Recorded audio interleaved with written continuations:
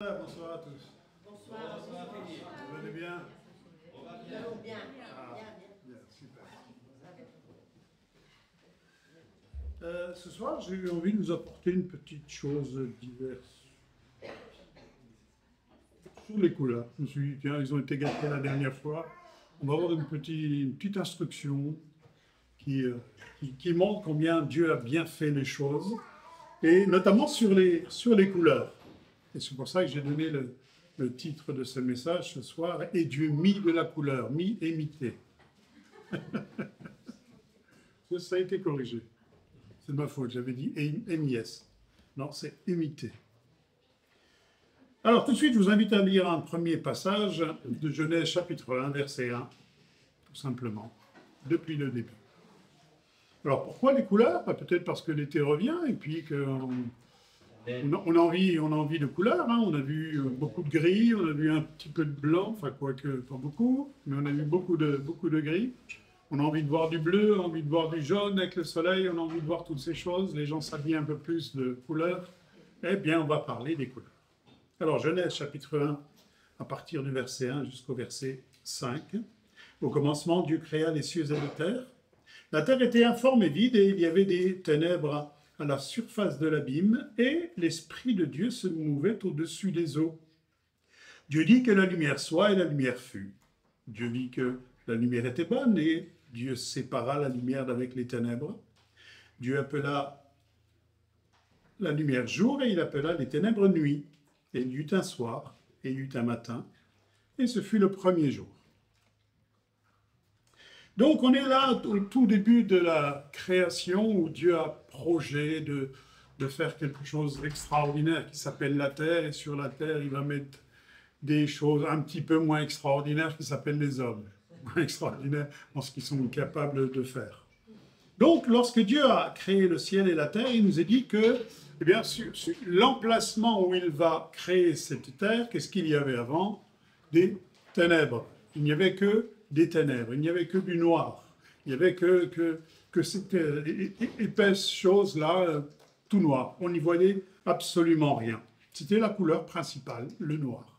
Donc déjà, lors de la création du monde, il y a une couleur qui est présente, qui est existante, qui est le noir. Et puis, à l'aide de sa parole, eh bien, le premier verset que nous avons lu nous dit qu'il va créer la lumière. Et la lumière va commencer à s'imposer par rapport à ces ténèbres, et il nous est dit que la lumière était bonne. Et effectivement, la lumière est très bonne.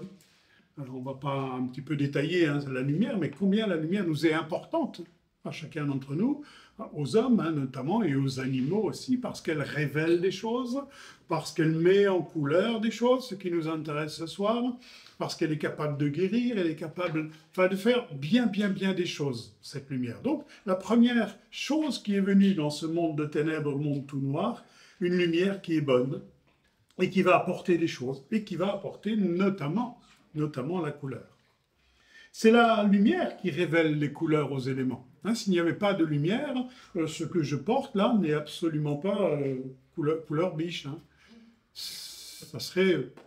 On ne sait même pas. C'est la lumière qui est reflétée dessus qui va donner la couleur sur les éléments, sur ce que je porte, sur ce que j'ai sur moi. Regardez par exemple, dans les fonds obscurs, les éléments naturels n'ont pas de couleur. Par exemple, vous faites l'expérience de soulever une pierre, une grosse pierre. Vous regardez en dessous, c'est tout blanc. Même les insectes, ils sont tout blancs. Il n'y a pas de lumière en dessous. Pourquoi? Il n'y a pas de couleur en dessous, parce qu'il n'y a pas de lumière. Mais dès l'instant où vous soulevez une pierre, eh bien, il se passe un phénomène où, au bout d'un temps, cette herbe, elle va devenir verte.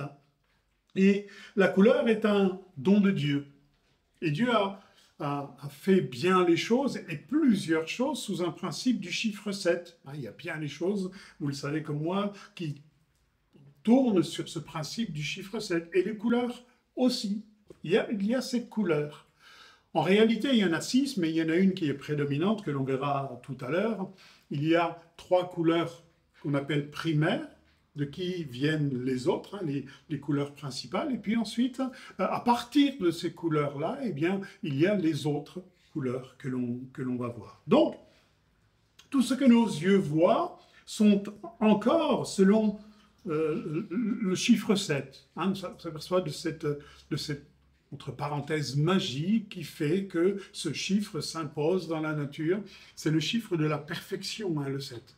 Tout le monde visible est créé sous ce chiffre 7. Mais quand on parle du miraculeux, de l'intervention de Dieu, on n'est plus sous ce principe terrestre du 7, on est sur le principe du 8. Pourquoi? Parce que les choses continuent. Hein, on avait, il me semble, un petit peu déjà parlé de tout cela. Et lorsque l'on regarde la création, si on continuait notre lecture, on verrait que petit à petit, les couleurs vont commencer à apparaître dans la création. Et la première couleur qui va apparaître, vous savez laquelle est-ce? Blanc. Non, le bleu. Ah, le bleu. Pourquoi? Parce que Dieu fit les cieux et la terre. Mais il y avait beaucoup d'eau. Hein, l'eau, en général, elle est bleue, sauf dans le nord. D'une façon générale, elle est bleue. Et puis souvent, hein, vous voyez, vous avez du mal à faire la distinction, la limite entre les eaux et puis le ciel. Et ce qui dominait à ce moment-là, lorsque la lumière est venue, première couleur qui va dominer dans ce monde, eh bien c'est le bleu. Il est représenté en majorité, le bleu du ciel et le bleu de la mer. La deuxième couleur qui va apparaître, c'est... Jaune. Non? Avant? Le vert. Non, c'est une couleur secondaire. Le Orange? Non. Le rouge, il a fait, après avoir fait apparaître la lumière, donc il y avait le ciel, la terre, les eaux, et puis il sépare les eaux, et qu'est-ce qui devient? La terre. Et la terre est de quelle couleur? Elle est de couleur rouge. Hein, son nom, Adam, c'est tiré du rouge, comme Adama, l'homme qui lui aussi est tiré de la terre, qui a la racine de Adam, ou encore racine d'âme, le sang qui est rouge.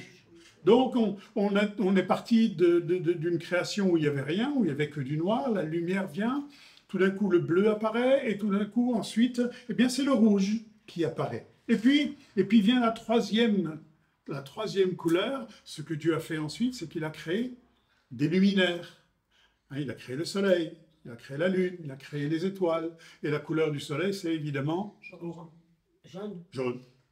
Le jaune du soleil. Donc on se retrouve avec ces trois couleurs primaires, qui est le bleu, qui est le rouge, et qui est le jaune. Ce qu'on appelle les trois couleurs. Et avec ces trois couleurs, on va construire trois autres couleurs. Et ce qui est important pour nous ce soir, eh bien, c'est de voir que dans notre vie spirituelle, Dieu met aussi des couleurs qui sont représentatives de quelque chose de précis. Hein, Dieu n'a pas dit, tiens, j'aime bien, je vais le faire en bleu, je vais le faire en rouge, je vais le faire en jaune. Non, il y a tout un code couleur. Et lorsque l'on regarde tout ce que Dieu a fait, et on ne verra pas en détail, et puis j'ai pas pensé, c'est dommage d'apporter des images, mais lorsque vous regardez le temple, et lorsque vous regardez le tabernacle, ou encore les habits des prêtres du souverain sacrificateur, eh bien on y retrouve ces couleurs-là. Et ce sont des couleurs qui symbolisent des choses dans notre vie. Et Dieu met de la couleur. Quand Dieu vient dans notre vie, il va commencer à mettre de la couleur. Et on voit que ce principe qu'il a mis en place dès la création, il le fait aussi dans notre vie. Et c'est là que ça devient intéressant. Donc on y voit ces trois premières couleurs qui sont des couleurs primaires, puis vont apparaître les secondaires. Avec les semences, les arbres, qui sont le résultat de la combinaison de ces trois couleurs, du bleu et du jaune, qu'est-ce qu'on obtient si on mélange un bleu et un jaune? Vert. Du vert. Et c'est pour ça qu'une autre chose dans la création que Dieu va commencer à faire apparaître, c'est la végétation. Donc, il commence à mettre petit à petit des couleurs, il mélange les couleurs primaires et il dit, tiens, on va mettre un petit peu de vert, on va mettre de la verdure, on va mettre des salades pour ceux qui aiment bien, on va mettre toutes sortes de choses. Enfin bref, la couleur verte devient à ce moment-là très répandue. On connaît l'importance des couleurs parce qu'elles jouent un rôle sur bien des choses. Imaginez par exemple que vous aviez envie de manger d'une salade et cette salade elle est, je sais pas, marron. Pas envie. Hein. J'ai pas envie quand elle est verte, moi, mais quand elle est marron, j'aurais enfin une bonne excuse. Mais les couleurs ont une très grande importance. Alors, on dit généralement, ça a été reconnu scientifiquement, que quelqu'un qui a des problèmes de vision, qui est aveugle, hein, il mange jamais à satiété. Il a le ventre plein, mais son esprit n'est pas à satiété. Pourquoi? Parce qu'il n'a pas vu les aliments. Il lui a manqué quelque chose, peut-être de voir la beauté du plat qui a été présenté, mais peut-être aussi ces mélanges de couleurs, cette harmonie des couleurs. Donc, les couleurs vont apporter des choses très intéressantes dans notre vie, et Dieu le sait. Il va jouer sur le moral, hein, le pouvoir d'attraction. Les marques des vêtements, par exemple, ils jouent beaucoup là-dessus, hein, sur les couleurs. Les marques ont choisi des couleurs bien spécifiques et puis ils lancent leurs couleurs. Par exemple, une marque de voiture très connue, une Ferrari, c'est une couleur. Rouge. Il n'y a que Ferrari qui fait cette couleur-là. Et effectivement, vous regardez une Ferrari, déjà c'est une très belle voiture et encore, la couleur, elle pète. Hein. Ça donne envie. Donc il y a un pouvoir d'attraction. Elles sont révélatrices d'une personnalité aussi, ces couleurs. Si quelqu'un est habillé tout en noir, bon, vous devinez un petit peu sa personnalité. Hein, vous dites, à mon avis, il doit être comme ci, il doit être comme cela, il doit être comme ceci. Les couleurs révèlent des sentiments aussi. Quand je suis en colère, je suis... Autoritaire. Ouais, ça m'arrive aussi. Le noir, c'est autoritaire. Je suis vert. Hein? Quelqu'un qui est vert. Quand je suis malade, blanc. C'est marrant parce qu'on dit généralement des Africains qui sont des hommes de couleur, alors que c'est nous qui changeons de couleur. C'est pas eux. Eux, ils sont toujours noirs. Nous, on passe du blanc au jaune, au vert, au rouge, des fois. C'est nous les hommes de couleur. Mais enfin, les couleurs révèlent aussi des sentiments. Hein, si je vois quelqu'un qui fait une tête de son pied de long, généralement, il est un petit peu blanc ou un peu rouge de colère. Enfin bref, elles révèlent des sentiments. Mais elles ont une valeur spirituelle également. Et Dieu désire pour son peuple mettre des couleurs dans notre vie, en voulant nous épargner déjà les ténèbres. Hein, il a voulu nous épargner des ténèbres. Là où il n'y avait qu'une seule couleur, il a dit, eh bien, je vais mettre de l'harmonie dans la vie de ces hommes et de ces femmes que je vais créer. Je vais mettre de l'harmonie et je vais mettre des couleurs. Si nous lisons Genèse chapitre 9 et au verset 18, on va les voir apparaître un jour, ces couleurs. Parce que Dieu veut faire une alliance avec ces hommes-là. Il s'est passé un certain événement que l'on connaît, qu'on va lire. Genèse 9 et au verset 8. 8. Jusqu'au verset 17. Dieu parla encore à Noé et à ses fils avec lui en disant, « Voici j'établis mon alliance avec vous et avec votre postérité après vous. Et vous tous les êtres vivants qui sont avec vous, tant les oiseaux que les bêtes et tous les animaux de la terre, soit avec vous, avec ceux qui sont sortis de l'arche, soit avec tous les animaux de la terre. J'établis mon alliance avec vous. Aucune chair ne sera plus exterminée par les eaux du déluge. Il n'y aura plus de déluge pour détruire la terre. Et Dieu dit, c'est ici le signe de l'alliance que j'établis entre moi et vous et tous les êtres vivants qui sont avec vous pour des générations à toujours. J'ai placé mon arc dans la nuit et il servira de signe d'alliance entre moi et la terre. Quand j'aurai rassemblé les nuages au-dessus de la terre, l'arc paraîtra dans la nuit. Et je me souviendrai de mon alliance entre moi et vous, et tous les êtres vivants de toute chair, de tous les eaux, deviendront plus un déluge pour détruire toute chair. Donc, il se passe des événements sur cette terre, et puis Dieu fait grâce à un homme, et il se dit, on va refaire, on va reconstruire, hein, parce que ça s'est très très mal passé, les hommes ont complètement dévié de ce qui de leur destinée, on va refaire des choses. Et puis, pour que on reconnaisse, nous encore, même aujourd'hui, ce que Dieu a fait, il dit, bien voilà, je vais mettre un signe dans le ciel, qui est le signe de l'arc-en-ciel. Et lorsqu'on voit un arc-en-ciel, on tousse, hein, on dit, ça c'est le signe de l'alliance de la part de Dieu. Et cet arc-en-ciel, il est magnifique, pourquoi? Parce qu'on y retrouve encore une fois des couleurs. Hein, il aurait pu faire un arc comme ça, tout noir, on le verrait quand même. Mais Dieu fait des couleurs, Dieu met des couleurs, parce qu'il a le désir dans la vie de Noé et dans notre vie à nous aussi, eh bien, de mettre quelque chose qui va changer notre vie de tous les jours. Donc il fait quelque chose de visible. Il y a d'autres alliances que Dieu fait avec les hommes, avec Adam, Noé, Caïn, mais là, précisément, il fait une alliance manifestée par la couleur. Et c'est la première fois que cette alliance sera visible. Et il est dit, toute chair. Il ne dit pas simplement les croyants, mais toute chair verra cette alliance que j'ai faite lorsqu'ils verront les couleurs, croyants ou incroyants, et que l'on peut voir aujourd'hui encore. Et Dieu l'a matérialisé d'une façon physique. Hein, il y a des alliances qui ne se voient pas, comme la circoncision ou les choses que l'on fait avec Dieu, les choses verbales que l'on fait avec Dieu. Mais là, Dieu a dit, ben, celle-là, on va la voir. Et les hommes vont la voir. Et puis, donc le peuple d'Israël va vivre comme ça, va naître de tout cela et va commencer à connaître les couleurs. Et chacun de ceux qui connaissent le Seigneur aujourd'hui, eh bien, on peut dire Dieu a mis des couleurs dans notre vie. On va voir un petit peu cela en détail. Vous savez sans doute que les couleurs de l'arc-en-ciel ne peuvent se révéler que par la combinaison de l'eau et de la lumière. Et c'est pour ça qu'il se fait un arc dans le ciel, parce qu'il y a une combinaison d'eau et de lumière. On retrouve encore une fois les éléments de la création. Eh bien, c'est précisément ce que Noé vient de voir pendant plus d'un an. Hein, dans son bateau, il a vu quoi? Il a vu l'eau bleue et il a vu le ciel. C'est tout ce qu'il voyait. Et on s'aperçoit donc eh bien, qu'il va vivre maintenant des temps différents.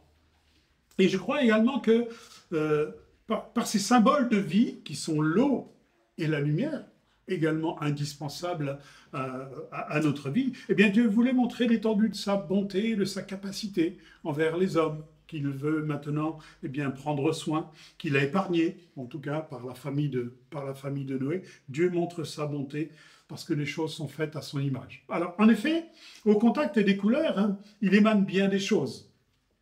La vie serait triste, hein, imaginez qu'il n'y ait que deux couleurs. Bon, ça serait un petit peu monotone. Mais en mélangeant ces couleurs, on s'aperçoit qu'on arrive à un panel de choses qui fait que la vie est beaucoup, beaucoup plus gaie. Si elle était noir et blanc, ça serait pareil. Hein. Vous regardez un film aujourd'hui en noir et blanc, vous dites, oh, c'est un petit peu ennuyeux, hein, c'est mieux maintenant, je vais remettre une autre chaîne parce qu'au moins il y a la couleur. De tout temps, l'être humain a été fasciné par la couleur, parce qu'elle est indispensable. Une notion indispensable dans les domaines de l'art, de la décoration, de l'artisanat. Hein, ces couleurs, elles émanent des choses en nous qui font que, eh bien, on est capable d'en faire de l'art. Et donc, elles placent également une hiérarchie dans les choses au moyen d'expression de sentiments. L'origine des hommes est également reconnaissable par la couleur. Hein, il y a des blancs, il y a des noirs, il y a des jaunes, il y a des rouges. Michael Jackson a inventé le gris, lui. Mais on s'aperçoit que Dieu s'est plu dans les hommes qu'il y avait sur Terre eh bien, à mettre également de la couleur. De même que nous pouvons composer des mélodies extraordinaires à l'aide des 7 notes. Hein, la musique, c'est quelque chose de magique quand même. Et pourtant, il n'y a que 7 notes. On obtient les variantes après. Ben, de même qu'on peut faire quelque chose d'extraordinaire à partir de 7 notes de musique, eh bien, Dieu a fait quelque chose d'extraordinaire au travers de ces 7 couleurs, de 3 primaires, de 3 autres et d'une dominance de blanc. Eh bien, on peut composer aussi. Et Dieu veut composer dans nos vies. Et on va voir un petit peu, pas en détail parce que ça nous prendrait vraiment beaucoup trop de temps, mais on va voir eh bien, le symbole de ces couleurs et ce que Dieu veut apporter dans nos vies au travers de ces couleurs. C'est pourquoi je vous invite à voir que eh bien, ces 7 couleurs de l'arc-en-ciel sont l'image du dévoilement de la gloire de Dieu déjà, mais aussi de ce que Dieu veut faire dans la vie de chacun d'entre nous. On trouve tout d'abord, comme nous l'avons dit, eh bien, 3 couleurs qui sont les couleurs primaires, qui ont une importance particulière, apparues dès la création. Elles nous révèlent la relation que nous avons avec Dieu. Hein, c'est le rouge, le bleu et le jaune. Donc ce sont 3 couleurs que l'on retrouve dans le sacerdoce, dans la pensée de service, dans le tabernacle, dans le temple. Ce sont des couleurs qui sont prédominantes parce qu'elles évoquent des choses, parce qu'elles veulent dire des choses, parce que lorsqu'on voit ces couleurs, elles éveillent quelque chose à l'intérieur de nous. Et le vêtement des sacrificateurs, eux aussi, étaient pleins de ces couleurs. Alors, on va voir la première couleur qui est apparue, c'est-à-dire le bleu. Le bleu est l'image de la vie spirituelle intérieure, à l'intérieur. On est rouge, hein, pourtant. C'est l'image de l'immensité du ciel, on l'a dit, l'immensité également de la mer. C'est également l'image de la pureté et de la tranquillité de l'âme, de la sérénité et de la sagesse. On y trouve tous ces symboles dans cette couleur bleue dans la parole de Dieu. Et on a vu qu'elle était prédominante, cette couleur, à l'origine. Souvenons-nous que c'est la lumière qui révèle les couleurs à l'aide de l'eau, souvent. Et souvenons-nous, nous sommes constitués de combien de pourcentage d'eau à l'intérieur? Vous savez pas? 70%. On est constitué de 70% d'eau. On n'irait pas, hein. En fait, vous ne me voyez pas, vous voyez qu'un bocal. On est constitué de 70% d'eau. Eh bien, quand Dieu vient dans un cœur, au travers de l'eau qui est à l'intérieur de nous, eh bien, Dieu dit, je vais mettre maintenant des couleurs de sérénité, des couleurs de tranquillité de l'âme, des couleurs de pureté. C'est aussi le bleu est souvent aussi le symbole de vérité. C'est souvent le symbole de la parole qui apporte quelque chose dans une vie, qui apporte la vérité. L'homme oublie que la vie sur la terre n'est pas une finalité, mais un temps de préparation pour l'éternité, pour la spiritualité également. Et il y a un bleu clair, il y a un bleu foncé. Il y a des nuances dans ces bleus. On voit l'arc-en-ciel qui donne une lumière, un bleu, mais on sait que l'on peut utiliser et que cette couleur, elle a des variantes. Elle peut être plus claire, elle peut être beaucoup plus foncée. Le turquoise. Bleu turquoise aussi, et puis même encore d'autres. Le bleu clair, c'est quoi? C'est le symbole de la tranquillité en général. Et puis, pour montrer que le ciel peut être en colère également, ça va s'assombrir, et c'est un bleu beaucoup plus sombre qui est attiré vers le noir, pour nous montrer bien que dans une couleur, il y a aussi des panels, que Dieu fait des choses sur cette terre, et puis pour certains, la couleur, elle va être bleu-noir, et pour d'autres, elle va être bleu-ciel, parce que dans la vie de cette personne qui connaît le bleu clair, eh bien, Dieu est présent, Dieu va commencer à faire des choses, Dieu va agir. Alors, regardez combien de fois il est parlé de la colère de Dieu. Le ciel, lorsqu'il est menaçant, il est plus très bleu clair. Il est comment? Noir. Il est bleu foncé, bien noir. Et des fois, on voit dans la parole de Dieu que, eh bien, Dieu aussi se met en colère. Et on n'a plus l'image d'un bleu ciel là, mais on a l'image d'un Dieu qui est en colère sur cette terre. Comme au temps de Noé, il a dit, mais ça suffit maintenant. Ça suffit, on ne peut plus rester comme cela. Et puis il y a des colères qui s'abattent sur ce monde. Donc il y a des nuances de bleu que l'on peut connaître également dans notre vie. La mer peut également être déchaînée, alors à ce moment-là, elle n'est plus d'un bleu attirant. Elle est d'un bleu bien profond, où on se dit, on ne voit plus au fond, on se dit, ouais, j'ai pas envie d'y aller dessous. Mais lorsqu'elle est belle en Méditerranée, on voit l'eau comme ça, tac, on a envie d'y aller. Mais quand elle est bouillonnante, on n'a plus envie d'y aller. Donc on s'aperçoit de cela. Et si j'oublie cela, que Dieu est autant un Dieu d'amour qu'un Dieu de colère, il y a un déséquilibre aussi dans ma vie. Et lorsque l'on rencontre Dieu, c'est important de considérer cela. C'est important de vivre ces moments-là où Dieu est amour, où Dieu est plein de bonté, plein de compassion, que dans notre vie, il veut faire des bonnes choses. Il a le désir de faire des bonnes choses. Mais Dieu est aussi colère. Moi, j'aime bien cette parole de l'apôtre Paul qui dit, mais considérez la bonté et la sévérité de Dieu. Aujourd'hui, si vous écoutez beaucoup de prédicateurs, j'ai l'impression que l'on prêche que la bonté de Dieu. Dieu est amour, Dieu va te faire du bien, Dieu va te bénir. Oui, mais c'est vrai, heureusement que c'est vrai. Je crois que c'est dominant chez le Seigneur. Mais Dieu est aussi colère. Et on le sait, quand on marche pas très droit, quand on a fait des bêtises, on sent bien que Dieu, non pas qu'il soit fâché, mais qu'il y a de gris entre les deux là. N'oublions jamais qu'il y a des nuances dans les couleurs. Et si Dieu a refait notre vie, eh bien, nous devons nous atteler à rester dans ce bleu clair, dans ce que Dieu a fait, dans ce que Dieu a accompli. Et si j'oublie cela dans ma vie, eh bien, je ne suis plus que chair. C'est ce qui s'est passé au temps de Noé. Il n'était plus que chair. Il n'était plus que foncé. Il n'était plus que sous la domination de la colère de Dieu. Et on s'aperçoit qu'à ce moment-là, eh bien, Dieu n'a fait que détruire l'humanité au temps de Noé. Pourtant, c'est pas son désir, c'est pas sa volonté. Il n'éteint pas le lumignon qui fume. Mais là, il n'y avait plus de bleu ciel. Mais là, il n'y avait plus de tranquillité. Mais là, il n'y avait plus de sérénité. Mais là, il n'y avait plus de valeur spirituelle. Hein, on a dit que le bleu était la couleur aussi de la valeur spirituelle. Mais quand il n'y en a plus de valeur spirituelle dans ma vie, qu'est-ce qui se passe? Ben, j'attire des jugements sur ma vie. Il y a aussi ces jugements, comme nous l'avons vu. Donc, on s'aperçoit que ce bleu, Dieu va agir dans nos vies et mettre du bleu. Hein, des sentiments nouveaux, des pensées nouvelles. Moi, je dis souvent que ce que Dieu a fait de plus beau dans ma vie, c'est pas de m'avoir retiré de la drogue, non, pas du tout. C'est d'avoir mis des nouvelles pensées là. J'étais incapable de penser autre chose que ce monde de la drogue. Bon, c'est normal, je vivais dedans. Mais quand Dieu a refait ma pensée, qu'il y a d'autres envies, d'autres aspirations, d'autres désirs, je dis, waouh, mais qu'est-ce qui se passe dans ma vie? Des choses que je ne connaissais pas avant, des choses que je n'avais pas envie avant, elles viennent maintenant. J'ai un désir de sainteté, j'ai un désir de vérité, j'ai un désir de faire des choses qui sont à la gloire de Dieu. Ben, Dieu a mis du bleu dans ma vie. Et Dieu veut mettre du bleu dans notre vie. Amen. Parce que Dieu a bien fait les choses. Donc, on s'aperçoit que ce bleu, qui est l'image de la pureté, l'image de la spiritualité, eh bien, Dieu veut en créer dans chacune de nos vies. Et chaque fois que l'on s'approche de Dieu, eh bien, on reçoit quelque part une teinture de bleu, du bleu de l'amour de Dieu. Amen. Le rouge, cette fois.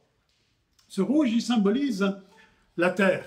Hein, la terre qui, en hébreu, se dit Adam, et qui a pour racine Adama, comme on disait tout à l'heure, Adam, aussi l'homme, sang rouge. C'est un symbole fort de la vie présente, de la Genèse à l'Apocalypse. Il nous parle des fois du principe de vie. Hein, le principe de vie est dans le sang, on dit la parole, ce sang qui est rouge. Mais parle aussi que lorsque ce sang est répandu à terre, je dirais non pas en relation avec ce que nous dit la parole de Dieu, de ce que nous dit la Torah, mais lorsque ce sang est répandu sur la terre de façon illicite, eh bien ce sang qui normalement est rouge, il devient comment? Vous avez regardé, déjà vu du sang à terre? Il devient noir. Il noircit. Ce sang, il est en train de noircir. On s'aperçoit donc qu'il y a un symbole de vie. Mais là, encore une fois, eh bien, ce symbole, ce rouge-là qui est magnifique et qui apporte la vie, il peut devenir noir et apporter quelque chose d'autre que la vie. Et on y trouve encore une fois ce symbole eh bien, de ce que Dieu est, de la bonté, mais aussi de la sévérité de Dieu, de ce bien que Dieu veut faire, mais de ce mal qui m'arrive si jamais je me détourne de la parole de Dieu, des principes de Dieu. Non pas que Dieu frappe, non pas que Dieu soit méchant, non pas que Dieu eh bien, se plaît à corriger, non, mais je m'écarte de ce qui est bien. Donc forcément, je récolte ce qui n'est pas bien. C'est d'une évidence. Ce rouge est présent dans toutes les couvertures qui recouvraient le tabernacle. Il y a beaucoup de rouge. C'est dommage, j'aurais pensé à amener une image. Et il y a beaucoup de rouge dans le tabernacle, parce que c'est un principe de vie. Également sur les vêtements des sacrificateurs. On n'y rentrera pas dans les détails parce qu'ils sont extrêmement riches de sens et il nous faudrait bien longtemps. Mais ce rouge nous parle des valeurs de Dieu. Des valeurs de Dieu qui est plein d'attention en donnant la vie, mais qui nous parle aussi de la colère. Hein, quand on est en colère, on est rouge de colère. Ça me rappelle à l'esprit ce verset de Paul, considérer la bonté et la sévérité de Dieu, comme on a dit, et nous ne devons pas jouer avec cela, comme nous ne devons pas jouer non plus avec le sang. Hein, tu ne répandras pas le sang. Le sang de ton frère, les sangs de ton frère crient, dira le Seigneur lorsqu'il va parler d'Abel. Hein, le rouge est aussi la couleur utilisée pour avertir du danger. Hein, dans notre monde, on utilise ces codes couleurs, qui est le rouge. Hein, les pompiers, lorsqu'on voit le camion rouge, on se dit « Oh là là, il y a un gros problème ». Sur la route, lorsque je suis en train de conduire et que j'ai un panneau rouge, généralement, c'est un panneau de danger. Donc, et on se sert de ce code couleur. Le rouge est aussi le symbole du courage, de la vaillance. Il a fallu beaucoup de courage au Seigneur pour donner sa vie sur la croix. On retrouve ce courage, on retrouve aussi le don de sa vie. On trouve ces deux nuances, hein, encore une fois. Il faut beaucoup de courage pour marcher avec le Seigneur. Et Dieu veut mettre du rouge dans nos vies. Le courage de choisir, de faire le bon choix du spirituel. Plutôt que ce rouge qui peut devenir noir, il faut du bon sens. Et il faut beaucoup de courage. Hein. C'est la couleur du manteau qu'on a mis sur Jésus lorsqu'on a voulu le crucifier juste avant. Hein, ne pas se conformer au monde, qui souvent réagit par colère, réagit parce qu'il est sous la colère, parce que les choses ne vont pas comme ils veulent, de ne pas avoir honte de témoigner de sa foi. C'est la couleur du service, en fait, le rouge. C'est la couleur du service, elle est très présente dans le tabernacle, très présente sur les habits du sacrificateur, c'est la couleur du service dans l'œuvre de Dieu. Et je crois que Dieu a mis dans nos cœurs, nous qui le connaissons aujourd'hui, il a mis du rouge, parce qu'on a envie de servir Dieu. Parce qu'on a envie d'être utile à l'œuvre de Dieu, parce qu'on désire connaître tout ce qui va avec ce service. Et Dieu ne nous dit pas, maintenant que tu es chrétien, vas-y, sers, mais je vais te donner les outils dont tu as besoin. Je vais te donner les choses dont tu as besoin. Je vais te donner ce que tu ne soupçonnais pas avant, mon esprit, pour que tu puisses servir efficacement. Et Dieu met de la couleur. Il a mis du bleu. Il a mis du rouge. Et lorsque l'on rentre dans une vie de service, vous savez, on voit le Seigneur nous donner ces couleurs, mettre de la couleur dans nos vies. Et on aperçoit que c'est là toute la magnificence de l'œuvre de Dieu. Dieu met des couleurs dans nos vies. Amen. Passons maintenant au jaune, troisième couleur primaire, avec une autre création de Dieu qui sont les luminaires dont le soleil. On peut remarquer qu'avant que la lumière soit, la lumière fut, mais c'est le troisième jour, je crois que les luminaires vont être créés. Ça veut dire qu'il y avait une lumière avant. C'était quoi cette lumière selon vous? C'était la lumière de la parole de Dieu. C'était la lumière de Jésus, tout simplement. Il était présent. Les choses ont été créées par lui, pour lui et en lui. C'est qu'au bout de quelques jours, je me souviens le troisième, que les luminaires vont être créés à ce moment-là et va apporter dans ce monde la couleur jaune que l'on connaît maintenant au travers du soleil. Sans lui, pas de couleur, pas de chaleur et je dirais pas de vie. Imaginez que l'on soit très très très très loin du soleil au point de presque ne pas le voir. On aurait froid, je pense qu'on gèlerait même sur place. Donc, elle apporte la vie. De même, si je m'approche un petit peu de trop de ce soleil, de ce jaune-là, je risque de griller. C'est la lumière qui révèle les choses. Ça révèle. Lorsque le soleil est venu, ça a révélé des choses dans ce monde. Et lorsque la lumière de Dieu vient dans nos cœurs, qu'est-ce qu'elle fait? Elle révèle des choses. Elle met la vérité en évidence. Les choses qui sont cachées deviennent visibles. Dieu met des choses visibles dans notre vie dès l'instant où la lumière vient. Il met les choses en plein jour. Pas seulement la connaissance des choses de ce monde, mais la connaissance de Dieu. Ce monde périt faute de connaissance, faute du manque de lumière de la part du Seigneur. Et Dieu veut mettre encore de la lumière dans nos vies et dans nos cœurs. Il veut encore en mettre de la lumière là où il y en a besoin, dans tous les recoins de nos cœurs. Là où encore peut-être je n'ai pas laissé rentrer le Seigneur, Dieu veut y faire lui rentrer sa lumière parce qu'elle va assainir, parce qu'elle va révéler des choses. Parce qu'une fois que les choses sont révélées, je vais pouvoir les régler avec Dieu. Mais tant que ces choses ne sont pas mises en lumière, je ne peux pas. Avant on me disait que j'étais pécheur. Ouais, ok. Mais quand Dieu est venu dans mon cœur, t'es pécheur. Oui, maintenant je comprends que je suis pécheur et je comprends pourquoi. Pourquoi? Parce que la lumière est venue révéler ces choses-là. Et on a besoin de cette lumière. Et dans la vie du chrétien, moi je crois que Dieu m'envoie de la lumière. Et il dit même, vous êtes la lumière. C'est-à-dire qu'on est maintenant celui qui représente Dieu sur la terre et on va créer des situations où les hommes vont s'apercevoir de ce que c'est que le bien et le mal. Autour de vous, vous avez certainement des gens qui vous condamnent parce que vous êtes comme ci, comme cela. Et pourquoi ils vous condamnent? Parce qu'ils savent très bien qu'eux, ils ne font pas ce que vous faites. Nous sommes la lumière qui révèle les choses dans ce monde. Mais c'est lui qui sert. Dieu possède en lui une valeur inestimable, le savoir, la vie éternelle. Et la vie éternelle, c'est qu'il te connaisse. C'est-à-dire que la lumière est venue. Dieu veut venir dans nos cœurs, davantage encore, nous apporter tout cela.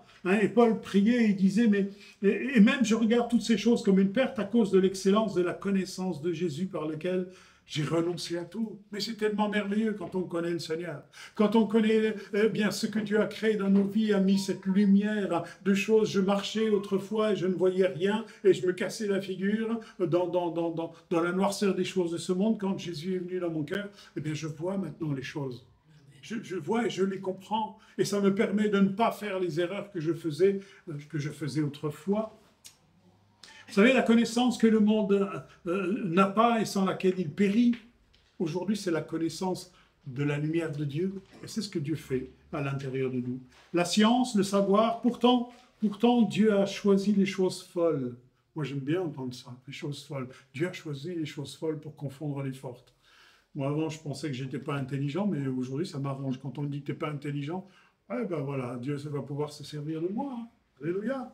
Amen. Mais ce monde n'est pas dans cette logique-là. Je préfère être un fou qui sait qu'un intelligent qui croit savoir, en tout cas. Hein. Couleur de ce qui a de la valeur. Hein, le jaune, c'est la couleur de ce qui a de la valeur. Le métal le plus précieux, c'est l'or. La couleur de la lumière, cette couleur jaune, très présent aussi également dans le tabernacle, dans le temple. Il y a beaucoup de choses qui étaient recouvertes de cette couleur. Et Jésus dira dans l'Apocalypse, eh bien, je te conseille d'acheter de moi de l'or. Il ne veut pas faire de nous des hommes riches avec des lingots sur notre compte en banque, non, ce n'est pas le but. Mais d'acheter de l'or, des choses qui ont de la valeur, valeur de lumière, valeur de choses vraies, valeur de choses sûres. Parce que Dieu a fait ce miracle à l'intérieur de nous, d'ouvrir nos yeux pour qu'on ait ce discernement sur les choses qui ont de la valeur, et non plus des choses qui sont des ténèbres, couleur de cette lumière. On verra après ce qui est destiné à nous donner l'or dans notre vie. Mais voilà donc ces trois couleurs primaires qui sont indispensables, qui portent le nom de primaires, parce qu'elles sont la base des trois autres couleurs. Et il y a donc la composition de ces couleurs, on obtient 4 autres couleurs qu'on appelle bien sûr secondaires. Alors, ensuite, dans la création, on s'aperçoit que va apparaître l'orange. Et on obtient de l'orange en mélangeant quelle couleur? Le jaune et le rouge. Le blanc. Non, le jaune et le rouge. Non, le jaune et le rouge, vous mélangez ces deux couleurs et vous obtenez à ce moment-là de l'orange. Et ça, c'est le principe de vie. On a vu le rouge, principe du danger, et l'orange, le jaune, principe de vie, principe de valeur. Et bien, quand on mélange ces deux couleurs, on obtient donc le jaune. Et le jaune, dans la parole, c'est souvent l'image de la connaissance. La connaissance. La connaissance des choses. La science, la chokhma, comme dira la Torah. Et c'est tout simplement cette connaissance qui nous amène quoi? Qui nous amène la crainte de Dieu. Et Dieu veut que dans nos vies, eh bien, il y ait cette couleur de l'orange qui est l'image de la crainte de Dieu. La crainte dans la connaissance, la crainte de ce que Dieu veut faire. Un Michée 6,8 dira, eh bien, on t'a fait connaître, ô homme, ce qui est bien. Et ce que l'Éternel demande de toi, c'est que tu pratiques la justice, que tu aimes la miséricorde et que tu marches humblement avec ton Dieu. Voilà ce que Dieu attend de toi. Les hommes se posent des questions, qu'est-ce qu'on fait là? Voilà ce qu'on fait là. On t'a fait connaître, ô homme. C'est l'image, encore une fois, des choses qui fournissent la crainte à l'intérieur de nous et qui mettent cette couleur orange tellement indispensable, ce mélange de rouge, de danger, parce que si je ne respecte pas, eh bien, il y a un danger et aussi la colère. Et puis ce jaune qui m'éloigne des valeurs. Qu'est-ce qui arrive à l'homme lorsqu'il ne vit pas selon ce qui est bien? Qu'est-ce qui lui arrive? La couleur du danger, la couleur de la chaleur, ce rouge qui est capable de brûler également. Du feu dans la cheminée, la perdition, ce feu qui est tellement agréable et tellement utile pour nous chauffer. Ben oui, mais si je m'y approche trop, eh bien, il est capable de brûler. Là, on y retrouve toujours dans une couleur les deux extrêmes. Et dans notre vie, eh bien, tout est construit comme ça, avec une chose et son contraire. Et c'est à nous d'être au milieu et d'avoir l'équilibre. Et d'apprendre avec Dieu d'être dans l'équilibre de ces choses. Ésaïe 4,6 nous dira, il y aura un abri pour donner de l'ombre contre la chaleur du jour. C'est exactement ce que Dieu fait dans nos vies. Il veut y mettre de la couleur, mais il veut y mettre aussi bien, des choses qui nous gardent sous sa protection. Mais celui qui marche avec Dieu connaît la protection de son ombre, mais il connaît aussi la brûlure dans son cœur, ce mélange de feu, ce mélange de chaleur. Il est à l'intérieur de moi comme un feu dévorant. On se dit des fois, mais Dieu m'en demande toujours plus. Mais Dieu désire toujours plus. Il y a quelque chose qui brûle à l'intérieur de nous. Eh bien, ça, c'est l'orange. Ça, c'est Ça, c'est le désir de servir Dieu, ce mélange de jaune et ce mélange de rouge. Des choses de valeur, mais des choses aussi qui peuvent faire du mal si jamais je ne réponds pas à ce que Dieu demande, à ce que Dieu désire. Il y a à l'intérieur de moi un feu dévorant. Pas étonnant, hein, Dieu est un Dieu de feu dévorant, nous dit la parole. Quelque chose que je ne peux pas contenir. Hein, j'irai garder pour moi, c'est le feu de l'esprit, c'est le feu de la Pentecôte. Enfin bref, il y aurait tellement de choses à dire sur ces choses. Mais on s'aperçoit encore une fois que Dieu veut mettre de la couleur dans nos vies, une couleur orange, les valeurs de ce monde, les valeurs de la parole de Dieu. Mais attention, si je vais trop dans ces valeurs, si je deviens trop religieux, qu'est-ce qui se passe? Je vais dans un autre extrême et ça brûle. Hein, dès l'instant où je vais de l'autre côté, je suis dans le rouge. Et le rouge, c'est un danger. Je peux être aussi aimer les choses de Dieu, mais aller dans l'extrême des choses. Dieu nous appelle toujours à l'équilibre, pas dans l'extrémité des choses. Quelqu'un de trop religieux, c'est quelqu'un qui ne supporte pas les autres. C'est quelqu'un, eh bien lui, il a son principe de faire, mais est-ce qu'il est dans la vérité? Pas forcément. Hein. Et puis, ce qu'il ressent lui, est-ce que c'est ce qu'un autre va ressentir? Ce qui s'impose lui dans sa vie, est-ce que la chose va être bonne pour quelqu'un d'autre? On s'aperçoit qu'on peut être des fois dans des extrêmes. Mais Dieu nous demande tout simplement d'être équilibrés. Donc, voilà encore une couleur que Dieu veut apporter dans nos vies, qui est l'orange. Les valeurs de la parole, les valeurs de Dieu. Mais attention, danger, si je vais à l'extrême de ces choses. Une autre couleur encore que l'on connaît, c'est le violet, l'indigo. Cette couleur, c'est le mélange du... Non. Du jaune. Non. Du bleu et du rouge. On obtient de l'indigo. Cette couleur indigo, elle est porteuse de l'image du céleste. Hein, on le voit, on la voit très présente encore une fois dans le tabernacle et sur l'habit des sacrificateurs. C'est l'image du céleste, hein, c'est l'image de l'immensité, de la sagesse, encore une fois, qu'on retrouve plus sur le principe de vie. Mais aussi, hein, on l'a dit, elle contient du rouge, il y a un certain danger dedans. Et puis il y a le bleu. Hein, si je me noie dans l'immensité du bleu, qu'est-ce qui se passe? Il y a danger, je risque de mourir. Hein, et on retrouve et on serait capable de voir dans ces deux choses, encore une fois, des extrêmes. Cette couleur est souvent attribuée à la sagesse, souvent attribuée à la sérénité également. Elle est souvent attribuée à la piété, à l'esprit. Vous vous souvenez, bon, aujourd'hui on en voit de moins en moins, mais les babacools, ils aimaient quoi comme couleur avant? Le violet, le mauve, le violet, l'indigo, hein, ils aimaient cette couleur. Pourquoi? Parce que c'est la couleur de l'esprit. Et oui, on y recherche des choses de l'esprit, pas forcément du bon esprit, mais les hippies étaient souvent en violet parce que eh bien, ce sont des gens qui ont une certaine recherche des choses de l'esprit. Pas l'esprit avec un E majuscule. Hein. À part Noé, l'homme de cette époque a oublié qu'il était un homme d'esprit aussi. Et il n'y avait plus rien à faire pour eux. Et c'est pour cela que Dieu a décidé de les détruire. Il n'y avait plus d'esprit, l'esprit de Dieu en chacun d'eux.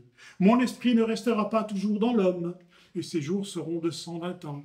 Dieu dit, ils sont allés beaucoup trop loin, ils sont allés à l'extrême des choses, ils sont allés dans le rouge des choses, plutôt que de rester dans le milieu des choses. La qualité du chrétien aujourd'hui réside dans sa vie d'esprit et dans son contact avec l'esprit de Dieu. Et ce que Dieu fait à l'intérieur de celui qui s'approche de lui aujourd'hui, c'est de se mettre son esprit à l'intérieur. Cet esprit de bleu, cet esprit d'indigo, hein, il veut nous aussi nous renouveler. On a besoin de retrouver des fois cette couleur que l'on a perdue parce que, eh bien, soit on se laisse aller ou soit on est dans une extrémité. Et j'ai besoin de revenir à quelque chose de beaucoup plus équilibré, être renouvelé par l'esprit. Ce que je fais aujourd'hui, Dieu me demande peut-être de le considérer comme mal plus tard. Hein, dans notre croissance avec Dieu, les choses que je faisais avant, au début de ma vie chrétienne, aujourd'hui, je suis plus prêt à les faire. Pourquoi? Parce qu'avec la maturité, j'ai compris que ces choses n'étaient pas si bonnes que cela. C'est avec la maturité que je l'ai tout simplement compris. Autrefois, l'apôtre Paul dit, autrefois, je voyais comme un enfant. Aujourd'hui, je vois comme un adulte. Et Dieu nous invite dans ce renouvellement, dans ces couleurs intérieures et qui sont des fois les saisons de notre vie, où Dieu nous appelle à des choses particulières, à accomplir des choses particulières. Je ne dois pas oublier que Dieu est esprit et que je suis créé à son image et que la vie d'esprit que je mène sera la base de mon équilibre et de ma stabilité. Mais en tout cas, Dieu veut en mettre à l'intérieur de nous. Nous avons l'Esprit de Dieu. Donc nous avons l'image de ce violet, nous avons l'image de cette spiritualité-là qu'il ne faut absolument pas négliger, parce que si je le néglige, qu'est-ce qui se passe? Comme au temps de Noé, je risque le pire. Mais pour vivre cela, il nous faut un mélange, il nous faut un équilibre, celui du rouge, celui du bleu du ciel, pour devenir indigo, c'est-à-dire propre au service de Dieu. Il nous faut trouver cet équilibre. On passe maintenant à une autre couleur qui est le vert. Le vert s'obtient par un mélange de bleu et jaune. Exact, bleu et jaune. Et ces couleurs, donc, on y a vu les valeurs, tout ce qui est de valeur, comme l'or, comme la lumière, comme la vérité, et puis on y voit encore le bleu, l'immensité. Eh bien, c'est l'immensité du spirituel, plus la connaissance de la lumière. Et c'est généralement ce vert que l'on attribue à la foi. Parce que le vert, c'est synonyme d'espérance. Par exemple, les choses des témoins de Jéhovah, c'est souvent vert. Pourquoi? Parce que c'est le symbole de la foi. Et puis le vert, c'est le symbole, effectivement, de la foi. Et la Bible nous dit que le juste vivra par la foi. Donc Dieu a dit, je vais mettre du vert dans la vie de cet homme, de cette femme, je vais y mettre du vert. La fécondité, la satisfaction, le calme, l'espérance. Voilà ce que symbolise la couleur verte au-dedans de nous. C'est la contemplation devant la merveilleuse nature que Dieu a créée, la couleur de l'équilibre naturel. Couleur de l'équilibre naturel. C'est tout l'état d'âme qu'il a promis à ceux qui marchent avec lui. Il me fera reposer où? Dans des verts pâturages. Il a prévu pour nous du vert, de l'apaisement, de la tranquillité, du calme. Dieu veut mettre ces couleurs dans nos vies pour nous faire vivre toute la facette de ce qu'il est. C'est l'alliance que Dieu fait avec toutes ces couleurs, avec tout homme, tous ceux qui s'approchent de lui, l'alliance d'une vie nouvelle. C'est l'image de l'espérance et de la foi qui anime le croyant. Et on s'aperçoit que Dieu veut mettre dans nos vies de la couleur.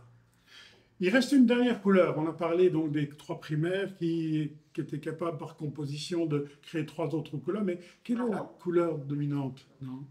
Blanc. C'est le blanc. C'est le blanc qui est le support de tout. Oui. Et le blanc, bien sûr, on ne le voit pas dans l'arc-en-ciel, mais il est présent. Parce que sans le blanc, il n'y a rien, il n'y a absolument rien. Si je mets un arc-en-ciel dans les ténèbres, je ne ferai pas, parce qu'il n'y a pas l'image de la lumière, il n'y a pas cette couleur blanc qui fait refléter les choses. Et il manque quelque chose. Et le blanc, il y aurait tellement de choses à dire sur le blanc. On ne va pas s'étaler dessus, mais il y aurait tellement de choses à dire sur ce blanc qui est fondamental là, sur laquelle il n'y aurait pas d'autre couleur, pas d'autre. C'est la couleur de la sainteté, c'est la couleur de l'immaculé, c'est la couleur, bien sûr, des choses dont le Seigneur est revêtu. Regardez dans l'Apocalypse, il est tout en blanc, il est toujours revêtu de blanc. Il a toujours cette sainteté presque transparente, la couleur du blanc, la couleur de la pureté, la couleur de la sainteté. Mais on s'aperçoit que, là aussi, Dieu travaille nos vies et Dieu met de la couleur, met de la sainteté dans nos vies et dans nos cœurs. Ce que je considérais bien avant, aujourd'hui je le considère mal parce que Dieu a fait une telle œuvre dans mon cœur qu'aujourd'hui, il m'a appris ce qui était bien et ce qui était mal. Donc, au travers de toutes ces choses, pour finir et conclure, on s'aperçoit, on pourrait rentrer dans les détails, ça aurait été intéressant même de rentrer dans le tabernacle et puis voir tout cela, mais ça prendrait tellement de temps. Mais frères et sœurs, parmi les choses que Dieu fait dans nos vies, souvenez-vous de cela, il met de la couleur.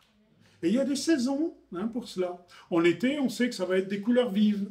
En hiver, ça va être des couleurs sombres. En hiver, pourquoi? Parce que, on veut des choses qui retiennent la lumière. Le peu de soleil que l'on a, on veut des choses qui retiennent la lumière. On passe par diverses choses, divers stades dans nos vies qu'on pourrait appeler des saisons. Dieu travaille aussi les couleurs par rapport aux saisons. C'est pour ça, des fois, on est dans les combats. Des fois, on est dans l'adversité. Des fois, on est paisible. Des fois, on se trouve tellement beau et spirituel. Dieu travaille avec les saisons et Dieu met des couleurs dans chacune de nos vies. Hein, souvenez-vous d'une chose, c'est la lumière qui révèle les couleurs. Et si j'ai envie de voir de la couleur, c'est-à-dire la personnalité de Dieu à l'intérieur de moi, eh bien j'ai besoin de la lumière. Et plus je m'approcherai de la lumière, plus cette lumière va faire naître à l'intérieur de moi les couleurs de Dieu. Hein, c'est dans ma relation avec Dieu que je verrai s'accomplir les promesses du Seigneur. Vous savez ce qui va apporter les couleurs dans ma vie? La parole de Dieu. Et dans la vie de chaque croyant, c'est la parole de Dieu. Parce qu'elle nous fait connaître, elle nous fait voir, comprendre, discerner des personnalités de Dieu. Dieu est tellement divers, Dieu est tellement grand qu'il nous est impossible de le cerner. Mais on s'aperçoit qu'avec la parole, eh bien, il nous fait voir les aspects de la personnalité de Dieu. Que la lumière soit. Et je souhaite à tout le monde de vivre un jour cette expérience, qu'à l'intérieur de chacun d'entre nous, eh bien, que la lumière soit. Nous l'avons connue, mais s'il y a des gens qui nous entendent, qui nous écoutent et qui ne connaissent pas encore le Seigneur, alors que la lumière soit dans ta vie. Et là, tu vas voir des couleurs, et là, tu vas voir des choses. Tu vas voir que Dieu commence à construire, que Dieu commence à mettre des choses qui ont de la valeur.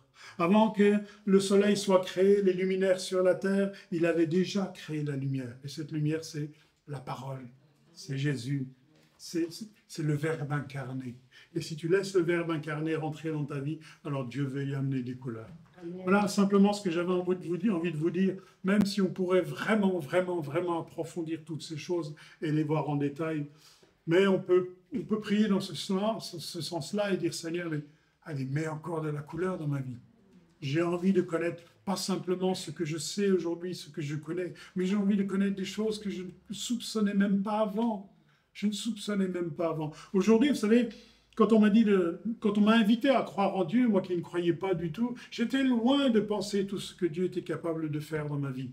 Et aujourd'hui, je dis, mais j'ai pas encore fait le tour, mais j'en veux encore. Que Dieu mette de la lumière, que Dieu mette des couleurs. Et je vous garantis que si c'est là notre désir, alors marchons avec le Seigneur, marchons en nouveauté de vie, marchons dans la lumière de Dieu, comme nous sommes invités à le faire, et nous verrons toute la personnalité, toutes les couleurs de Dieu à l'intérieur de nous. Amen. Merci Père éternel, merci de ta parole. Seigneur, les choses que tu as faites sont merveilleuses. Ce monde est merveilleux. Ce monde est extraordinaire, d'une sagesse et d'une science infinie.